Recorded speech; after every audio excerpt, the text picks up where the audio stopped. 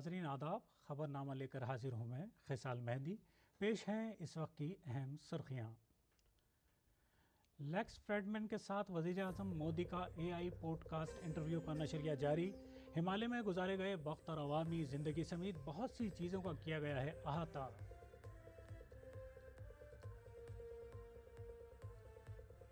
Raisina dialogue के लिए दिल्ली पहुंचे न्यूजीलैंड के वजीर आजम क्रिस्टोफर लक्सन। कल वजीर आजम नरेंद्र मोदी के साथ मुश्तरका तौर पर करेंगे इफ्तिताह। दीगर मेहमानों की आमद का सिलसिला भी जारी।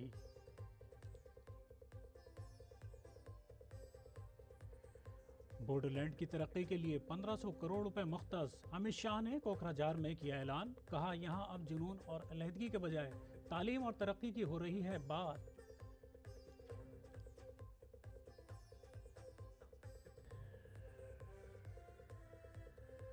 एक्शन मोड में काम कर रही है दिल्ली सरकार। लेफ्टिनेंट गवर्नर के साथ वजीर आला और PWD के वजीर ने पानी की निकासी की हालत का लिया जायजा।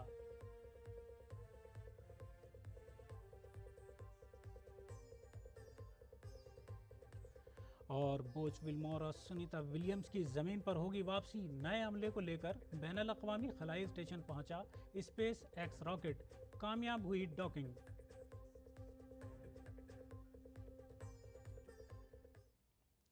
और अब खबरें तफसील से। वज़ीर आज़म नरेंद्र मोदी का लेक्स फ्रेडमैन के साथ पॉडकास्ट इंटरव्यू इस वक्त जारी है। वज़ीर आज़म मोदी ने सोशल मीडिया प्लेटफॉर्म पर इसकी इत्तला दी थी कि उनकी लेक्स फ्रेडमैन के साथ शानदार बातचीत हुई। इस गुफ्तगू में वज़ीर आज़म मोदी का बचपन, हिमालय में उनके बरसों और उनकी अवामी ज़िंदगी समेत मुख्तलिफ मसाइल का अहाता किया गया। लेक्स फ्रेडमैन के साथ एक पॉडकास्ट में वज़ीर आज़म ने अपनी ज़िंदगी में RSS के किरदार और समाज में उसके ताउन के बारे में तफसील से बात की। वज़ीर आज़म नरेंद्र मोदी की दावत पर न्यूजीलैंड के वज़ीर आज़म क्रिस्टोफर लक्सन भारत के सरकारी दौरे पर आज दिल्ली पहुंचे। वज़ीर आज़म का ओहदा संभालने के बाद क्रिस्टोफर लक्सन का ये भारत का पहला दौरा है। न्यूजीलैंड के वज़ीर आज़म आज वज़ीर ख़ारजा डॉक्टर S जयशंकर से मुलाकात करेंगे। इस दौरे में न्यूजीलैंड के वज़ीर आज़म के साथ एक आला सतही वफ़द भी मौजूद रहेगा। वफ़द में वज़रा, सीनियर हुकाम, कारोबारी अफराद, मीडिया के नुमाइंदे और न्यूजीलैंड में मुकीम भारत नजात शहरी शामिल होंगे। क्रिस्टोफर लक्सन कल वज़ीर आज़म नरेंद्र मोदी से मुलाकात करेंगे। मुलाकात के दौरान दोनों के दरमियान भारत न्यूजीलैंड ताल्लुकात के मुख्तलिफ पहलुओं पर तबादला ख्याल किया जाएगा। वज़ीर आज़म क्रिस्टोफर लक्सन 10वीं रायसीना डायलॉग 2025 के इफ्तिताही इजलास में बतौर मेहमान खुसूसी शिरकत करेंगे और 17 मार्च को नई दिल्ली में कलीदी खिताब करेंगे। न्यूजीलैंड के वज़ीर आज़म सदर जमहूरिया द्रौपदी मुर्मू से भी मुलाकात करेंगे। न्यूजीलैंड के वज़ीर आज़म 19 और 20 मार्च को मुंबई में भारतीय सनतकारों और मुख्तलिफ शोबों के नुमाइंदों से मुलाकात करेंगे। वज़ीर आज़म क्रिस्टोफर लक्सन का दौरा भारत और न्यूजीलैंड के दरमियान पुराने और पायदार ताल्लुकात को उजागर करता है। यह दौरा तमाम शोबों में दो तरफ़ा ताल्लुकात को मज़ीद मजबूत बनाने और अवाम के दरमियान ताल्लुकात को बढ़ाने के लिए दोनों ममालिक के मुसलसल अज़्म का इआदा करता है। रायसीना डायलॉग का 10वां एडिशन कल नई दिल्ली में शुरू होगा।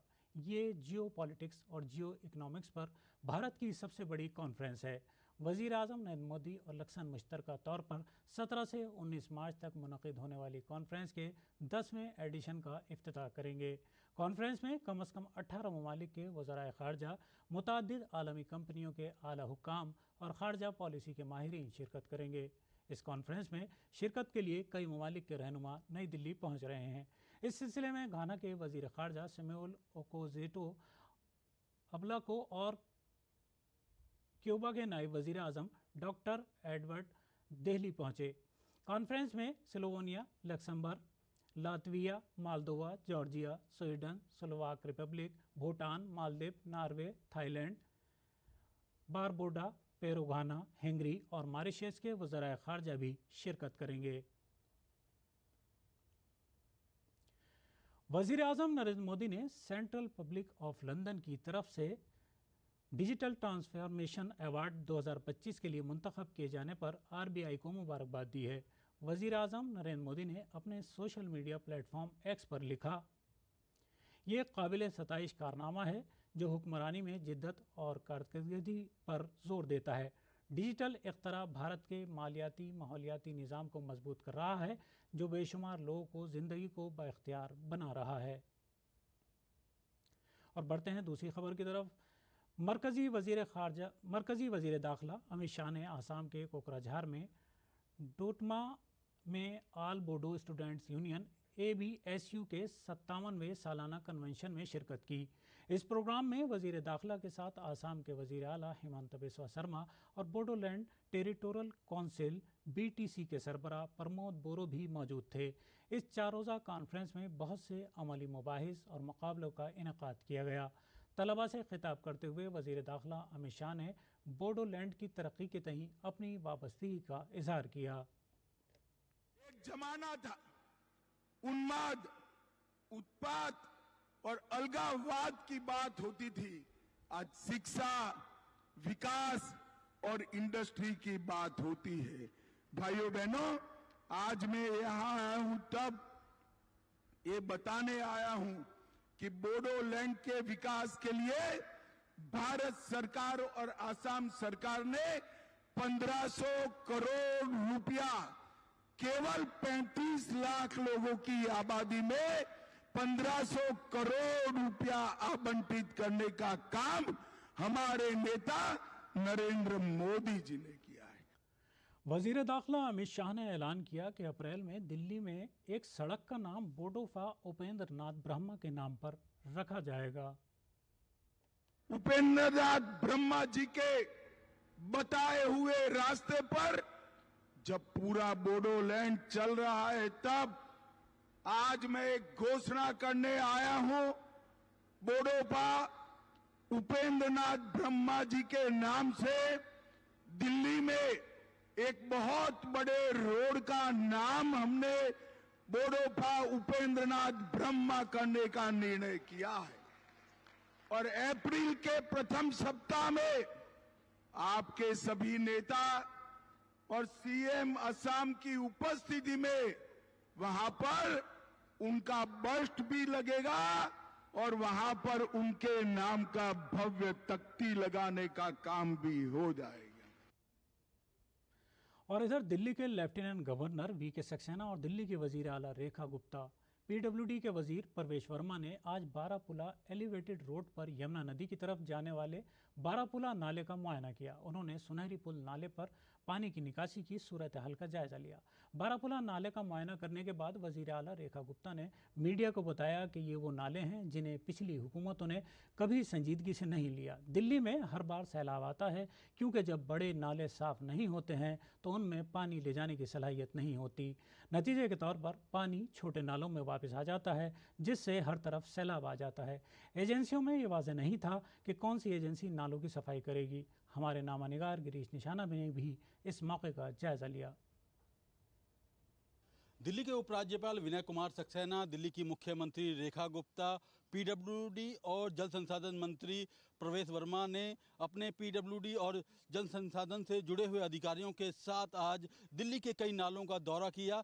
दिल्ली की मुख्यमंत्री रेखा गुप्ता ने साफ किया कि जिस तरह से ये नाले बह रहे हैं, उन नालों की सफाई का काम जल्द पूरा हो जाए और इसलिए पहले से वो तैयारी कर रही हैं। हालांकि बारिशों में जिस तरह से जल भराव की स्थिति पैदा हो जाती है, उससे बचने के लिए तमाम प्रयास किए जा रहे हैं। और मुख्यमंत्री रेखा गुप्ता ने साफ किया है कि हम इंतजार नहीं कर रहे कि कब दिल्ली के अंदर बारिश आएगी और उसका इंतजार करें। हालांकि उससे पहले ही जो उनका विभाग है, जो दिल्ली सरकार है, वो मुस्तैद दिखाई दे रही है, दिल्ली की सड़कों पे दिखाई दे रही है। वो चाहती है कि जितने भी नाले हैं उनकी पहले ही सफाई की जा सके बारिशों से पहले। अभी हमने 3 बड़ी ड्रेन्स का विजिट किया है और उसमें चाहे वो बारापुला थी, कुशक है या सुनहरी पुल है, हर जगह जो देखने को मिलता है कि एजेंसीज में क्लैरिटी ही नहीं थी। करना किसने है? किसी को फुल फ्लेज काम या आप कहिए कि 12 महीने का काम कि आपने ड्रेन पे काम करना है, ऐसा काम नहीं क्लियर हुआ। ये अब जिस चीज़ों को हम देख रहे हैं, हमने अब फ्लड एंड इरिगेशन को स्पेशली रिस्पॉन्सिबिलिटी देके कि ये एक एजेंसी की जिम्मेवारी है कि आपको ये डिसिल्टिंग करके देनी है। कितना होगा, टाइम बाउंड तरीके से कब तक आप करेंगे, पूरा का पूरा उसके मानक तय करके उसमें बजट में उसके लिए एलोकेशन हो, क्योंकि ये सबसे बड़ी नेसेसिटी है कि बारिश में दिल्ली में पानी ना भरे। ये सारा का सारा ड्रेन्स जो है बारिशों से पहले खाली होनी चाहिए और उसके बाद जो हमारी उसके पीछे की रोड्स हैं उसके लगते हुए नाले भी साफ़ हो। तो ये एक बहुत बड़ा मिशन है। सेम डे कुछ नहीं होता कि आग जब लगी है और तभी आपको तैयारी करनी है। आज से ही बारिश के सीज़न की शुरुआत, उसकी में काम क्या क्या करने हैं, आज से ही समर एक्शन प्लान, आज से ही हमें सर्दियों में पॉल्यूशन ना हो, ये सारे काम शुरू हो चुके हैं। सरकार जो अपने बिल्कुल वॉर फुटिंग पे काम कर रही है। दिल्ली का बाढ़ और सिंचाई विभाग न केवल नालों की सफाई में जुटा है बल्कि उनको चौड़ा करने का काम भी कर रहा है। आप मेरे पीछे यहाँ देख सकते हैं, ये बारापुला का वही एलिवेटेड रोड है जिसके नीचे नाला बह रहा है और नाले के नीचे लगातार बाढ़ और सिंचाई विभाग सफाई में जुटा है। आप ये देख सकते हैं किस तरह से जो मशीनें लगाई गई हैं उनसे साफ तौर पर यहाँ पर ना केवल नालों की सफाई की जा रही है बल्कि उनका जो रास्ता है चौड़ा किया जा रहा है ताकि आने वाले समय में जो बारिश का मौसम आएगा, जब बरसातें आएंगी, उस समय पर ये ओवरफ्लो ना हो और दिल्ली में जल भराव की स्थिति पैदा ना हो। कैमरामैन सौरभ बख्शी के साथ गिरीश निशाना, डीडी न्यूज, दिल्ली। और पटना में अपनी रिहाइशगाह पर होली के जश्न के दौरान रक्स के लिए आरजेडी लीडर तेज प्रताप यादव की हिदायत पर अमल करने वाले एक पुलिस एहलकार के वीडियो पर मरकजी वजीर जितिन राम मांझी ने कहा कि लालू खानदान ने अपनी गलत हरकतों के लिए जाना जाता है। उन्होंने कहा कि बिहार में लालू प्रसाद यादव के दौर में जो कुछ हुआ वही उनका बेटा भी कर रहा है। बिहार के लोगों को इससे आगाह होना चाहिए कि उन लोग गलत काम के लिए ही जाने जाते हैं। उनके राज में, उनके पिताजी के राज में क्या क्या एक अन्य मार्ग में होता था वो सब आप लोग जानते हैं। तो उनके सुपुत्र हैं तो वही ऐसा करते हैं तो गलत क्या करते हैं। और यही बिहार की जनता समझे कि यदि उनके हाथ में सत्ता इसी तरह से चल जाए, हालांकि जाने की उम्मीद नहीं है, तो ऐसा ही होगा कि यहाँ के पदाधिकारियों का, यहाँ के पुलिसकर्मियों को अपने ढंग से यूज करेंगे और नहीं करेंगे तो किसी को सस्पेंड कराने की बात करेंगे। उत्तर प्रदेश के संभल में वाक़ शाही जामा मस्जिद के उखबी हिस्से को पेंट करने का काम शुरू हो गया है। इलाहाबाद हाई कोर्ट की जानिब से 12 मार्च को इजाज़त मिलने के बाद पेंटिंग का काम शुरू कर दिया गया है। पेंटिंग का काम आर्कियोलॉजिकल सर्वे ऑफ इंडिया की निगरानी में किया जा रहा है और इसे 9 मजदूर अंजाम दे रहे हैं। अदालत ने पेंटिंग का काम 7 रोज़ में मुकम्मल करने का हुक्म दिया है। हफ्ते को एएसआई की टीम ने मस्जिद के उन हिस्सों का सर्वे किया जहां पेंटिंग का काम किया जाना था। इसके अलावा रमज़ान के मुक़द्दस महीने में संभल जामा मस्जिद को रोशन करने का हुक्म भी जारी किया गया। केस की आइंदा समाअत 8 अप्रैल को होगी।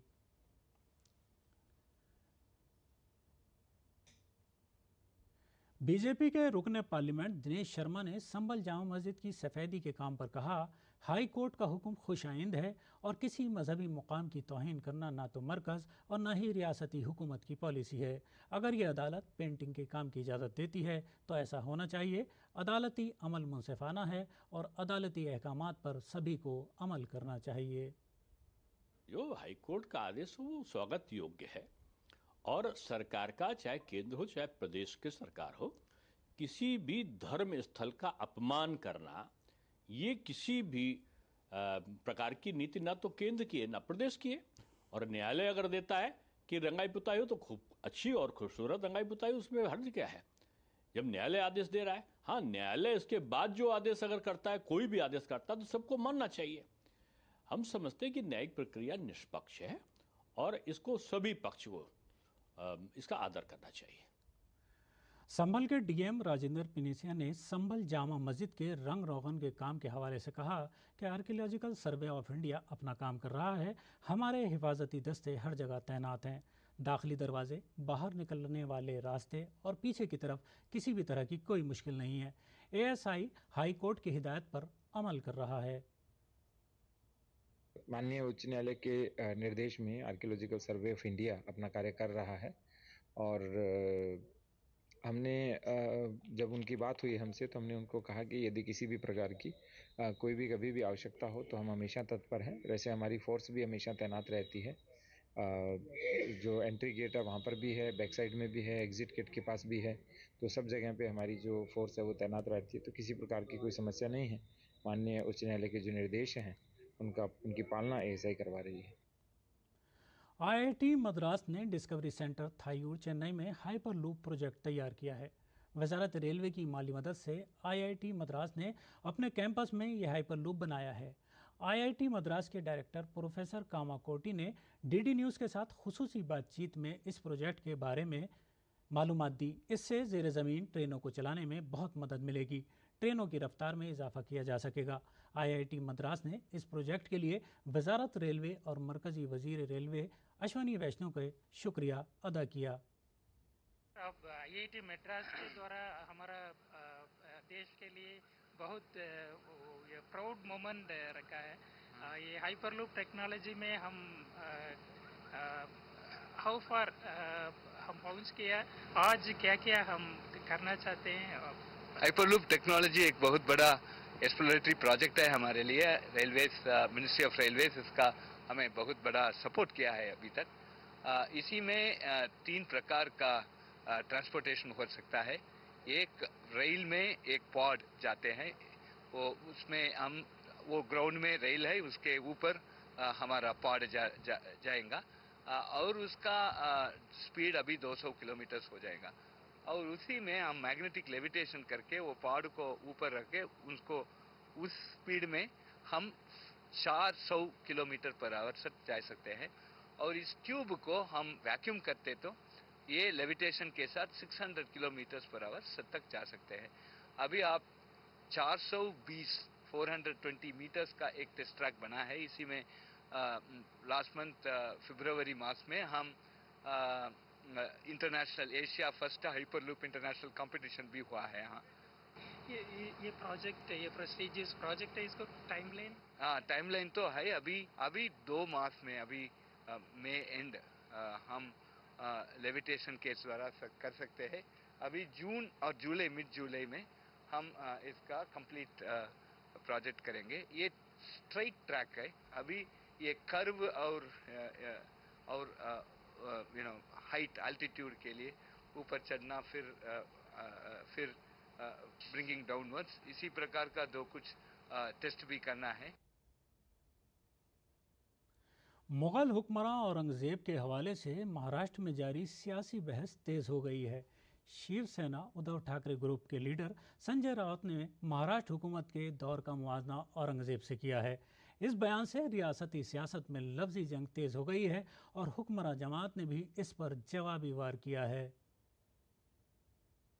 बीजेपी ने महाराष्ट्र हुकूमत के दौर को औरंगज़ेब के दौर से भी बदतर कहने पर शिवसेना उद्धव ठाकरे ग्रुप के लीडर संजय रावत पर सख्त हमला किया है। बीजेपी लीडर केशव उपाध्याय ने संजय रावत के बयान को सियासी साजिश का हिस्सा करार दिया। उन्होंने कहा कि शिवसेना के लीडर अपनी पार्टी की नाकामियों को छुपाने के लिए इस तरह के बेबुनियाद इल्जामात लगा रहे हैं। इस देश में एक रिकॉर्ड किया गया है, वो उद्धव ठाकरे ने किया। हिंदू विरोधी सरकार, इसका अगर इतिहास लिखा जाएगा तो उसमें सबसे पहला नाम हिंदू विरोधी सरकार यानी उद्धव ठाकरे सरकार का था। उसी उद्धव ठाकरे जब मुख्यमंत्री थे तभी हिंदुओं की जो फेस्टिवल थे उस पर बैन लगाया गया था। हिंदू साधुओं की हत्या भी उसी समय की गई थी पब्लिक में। तो ये जो पूरा हम देखेंगे, जो 2.5 साल का उद्धव ठाकरे का जो कार्यकाल था मुख्यमंत्री करके, वो हिंदू विरोधी कार्यकाल। इसलिए उद्धव ठाकरे ये हिंदू विरोधी मुख्यमंत्री है, ये भूल गए शायद संजय राउत। बीजेपी लीडर कृष्णा हेगड़े ने संजय रावत के बयान की सख्त मजम्मत की है। उन्होंने कहा कि महायुति हुकूमत रियासत के 13 करोड़ आवाम के आशीर्वाद से बनी है। महाराष्ट्र में भारतीय जनता पार्टी, शिवसेना और राष्ट्रवादी कांग्रेस की महायुति की सरकार महाराष्ट्र के 13 करोड़ जनता के आशीर्वाद से बनी है। और अगर संजय राउत जी उनके 13 करोड़ जनता के समझदारी पर, उनके विवेक पर प्रश्न चिन्ह लगाते हैं तो मुझे लगता है कि महाराष्ट्र की जनता उनको कभी माफ नहीं करेगी। मुगल हुक्मरान औरंगजेब के हवाले से महाराष्ट्र में जारी सियासी बहस खत्म होने का नाम नहीं ले रही है। गुज़िश्ता चंद दिनों से औरंगजेब के हवाले से जबरदस्त सियासी जंग चल रही है। ये सारी सियासी लड़ाई हालिया बॉलीवुड फिल्म छावा की रिलीज के बाद शुरू हुई थी। Bureau report, DD news Urdu खबरें। वक्त के साथ साथ मुल्क में मुसाबकती कवानीन में होने वाली तब्दीलियों पर तबादला ख्याल के लिए नई दिल्ली में एक मीटिंग का एहतमाम किया गया। कारपोरेट उमूर के वजीर ममलिकत हर्ष मल्होत्रा ने इस मौके पर कहा कि बदलते हुए डिजिटल इस्तेमाल के साथ साथ कवानीन में मुनासिब तब्दीलियों के साथ साथ सारिफीन और छोटे कारोबारियों के मफादात का भी ख्याल रखने की ज़रूरत है। कंपटीशन लॉज जो है उसके पीछे का कारण मार्केट के अंदर विशेष तौर से मैं समझता हूं जो कंज्यूमर्स हैं, कंज्यूमर्स को मोनोपोलीज के कारण कोई नुकसान नहीं होना चाहिए। आज भारत में 140 करोड़ लोग रहते हैं, population wise we are the biggest now, तो हमारे लिए वो बहुत इंपॉर्टेंट है। इसके साथ साथ इसके पीछे का जो बैकग्राउंड है हमारे लॉज का, एक्ट्स का, to prevent anti competitive practices, promote and sustain competition in the market. Market में फेयर कंपटीशन होता है तो उसका मार्केट को भी फायदा होता है, देश की इकोनॉमी को भी फायदा होता है। तो इसलिए सस्टेन कंपटीशन रहना चाहिए, किसी की कोई मोनोपोली नहीं होनी चाहिए। 9 महीने से खला में मौजूद खलाबाज सुनीता विलियम्स और बूच विल्मोर जल्द ही ज़मीन पर वापस आने वाले हैं। नासा का क्रू 10 मिशन उनकी वापसी के लिए बैनुल-अक़वामी खलाई स्टेशन पहुंच गया है। इस मिशन को फ्लोरिडा के कैनेडी स्पेस सेंटर से लॉन्च किया गया था, जिसमें 4 नए खलाबाज शामिल थे। इन मुसाफिरों का काम स्टेशन पर साइंसी तजुर्बात करना और पुराने अमले को तब्दील करना था। विलियम्स और विल्मोर को चंद माह में वापस आना था, लेकिन तकनीकी मुश्किलात ने उन्हें 9 माह तक ISS पर रखा। वो गुज़िश्ता साल जून में बोइंग स्टार लाइनर के ज़रिए वहां पहुंचे थे, लेकिन सिक्योरिटी खदशात के बायस उनकी वापसी मुलतवी होती रही। अब स्पेस एक्स के कैप्सूल के साथ उनकी वापसी का रास्ता साफ हो गया है। क्रू 10 मिशन में एन मैकक्लीन, निकोल आयरस, ताकविया ओनेशी और क्रेल पेस्कोव शामिल हैं। ISS तक पहुंचने के बाद ये चारों 200 से ज़्यादा साइंसी तजुर्बात और तकनीकी तजुर्बात को आगे बढ़ाएंगे। इनकी मौजूदगी स्टेशन के हमवार ऑपरेशन को यकीनी बनाएगी और मुस्तकबिल के खलाई मिशनों को समत फराहम करेगी। यह मिशन जुमे को फाल्कन 9 रॉकेट का इस्तेमाल करते हुए कामयाबी के साथ लॉन्च किया गया और बगैर किसी रुकावट के अपनी मंजिल पर पहुंचा। क्रू 10 मिशन ISS से मुंसलिक हो चुका है और खलाबाज स्टेशन में दाखिल होने के अमल में है। इसके बाद विलियम्स और विल्मोर की वापसी होगी। नासा के मुताबिक विलियम्स और विल्मोर आइंदा हफ्ते तक ज़मीन पर वापस आ जाएंगे। इटली में खुसूसी ओलंपिक सरमाई खेलों में एथलीट जायरा ने स्पीड स्केटिंग मुकाबले में 2 चांदी के तमगे हासिल किए। जायरा और उनकी कोच मोनिका से खास बातचीत की हमारे नुमाइंदे नारायण सिंह ने। सभी बाधाओं को पार करते हुए हमारे स्पेशल खिलाड़ियों ने special Olympic world winter games में शानदार प्रदर्शन किया और इस वक्त हमारे सामने स्पीड स्केटिंग के खिलाड़ी जायरा पॉटर, जिन्होंने 2 सिल्वर मेडल जीते, और उनकी कोच भी हमारे साथ हैं मोनिका जी। आपको बहुत बहुत बधाई, जायरा ने 2 सिल्वर मेडल जीते। तो कैसे देखते हैं कि इस उपलब्धि को, इतने बड़े मंच पे हमारे खिलाड़ी 2-2 मेडल जीत रहे हैं? सबसे पहले मैं थैंक्स कहना चाहूंगी मलिका मैम का। हमारे बच्चे उनकी मेहनत से, उनके जज्बे से, उनके दिन रात के एफर्ट से वर्ल्ड विंटर गेम में बहुत सारे गोल्ड, सिल्वर और ब्रोंज ला रहे हैं और हमारे बच्चे भी काफी मेहनत कर रहे हैं। जैसे कि जायरा के 2 इवेंट थे, 111 मीटर रेस और 222 मीटर रेस। दोनों ही इवेंट में जायरा ने सिल्वर मेडल जीता है। काफी लंबे समय का संघर्ष, काफी लंबे समय की मेहनत है कि वो इस मंच पर मेडल जीते। जायरा 2-2 मेडल जीते, कितने खुश हैं आप? खुश हैं। कैसे सेलिब्रेट करेंगे इसको 2-2 सिल्वर मेडल जीतने के बाद? वर्क करेंगे, अच्छा सेलिब्रेट करेंगे। हाँ। इंडिया जाएंगे, अपने पेरेंट्स के साथ जाएंगे, सेलिब्रेट करेंगे। ये बच्चे इतना अच्छा प्रदर्शन कर रहे हैं, इससे जैसे कि और बच्चे भी हैं जो काफी कर सकते हैं कि आप पेरेंट्स जो होते हैं उनको सामने नहीं लाते, वो मानते नहीं कि हमारा बच्चा स्पेशल बच्चा होगा। तो क्या जब ये बच्चे इनकी बड़ी अचीवमेंट है, ये मेडल जीत रहे हैं और जो कैश रिवॉर्ड है वो भी काफी बढ़ा दिया गया है, तो इससे क्या लगता है कि आपको जो लोग इस चीज़ को लेके अब आगे आएंगे और बच्चों को अपने स्पोर्ट्स के माध्यम से ये चाहेंगे कि उनके बच्चों में सुधार हो? देखो, इस चीज से बहुत ज्यादा ही फर्क पड़ेगा कि एक दूसरे को देख के पेरेंट्स आगे आएंगे। काफी पेरेंट्स को ये लगता है कि हमारा बच्चा ऐसा है तो हम उसको कहीं बाहर ना लेके जाएं, घर के अंदर ही रखते हैं। कुछ हेजिटेट होते हैं कि समाज में लोग इसको अडेप्ट करेंगे या नहीं करेंगे, वहाँ जाके कैसा बिहेव करेगा। मैं पूरे समाज को, पूरी कम्युनिटी को ये कहना चाहूंगी कि इन बच्चे को, ये बच्चे भी किसी से कम नहीं है, इनको दया की दृष्टि से ना देखें और इनको मोटिवेट करें ताकि ये भी मेन धारा के साथ जुड़ सके। बिल्कुल, इन बच्चों को मंच मिला और उन्होंने दिखाया कि वो कितने टैलेंटेड हैं और इतने बड़े मंच पर देश के लिए मेडल जीत रहे हैं। और बस यही वो बच्चे हैं जो समाज में जो समावेशता है, जो इंक्लूजन है, उनको बढ़ा देंगे, क्योंकि इनकी उपलब्धियां इतनी बड़ी हैं। जो समाज के सभी लोग हैं उनको इनकी उपलब्धियां प्रेरित करेगी। कैमरा पर्सन स्वामीनाथन नारायण के साथ Narayan Singh, DD news, Turin. तो नाजरीन, ये खबरनामा यहीं ख़त्म होता है। हमारी पूरी टीम को इजाज़त दीजिए। आदाब।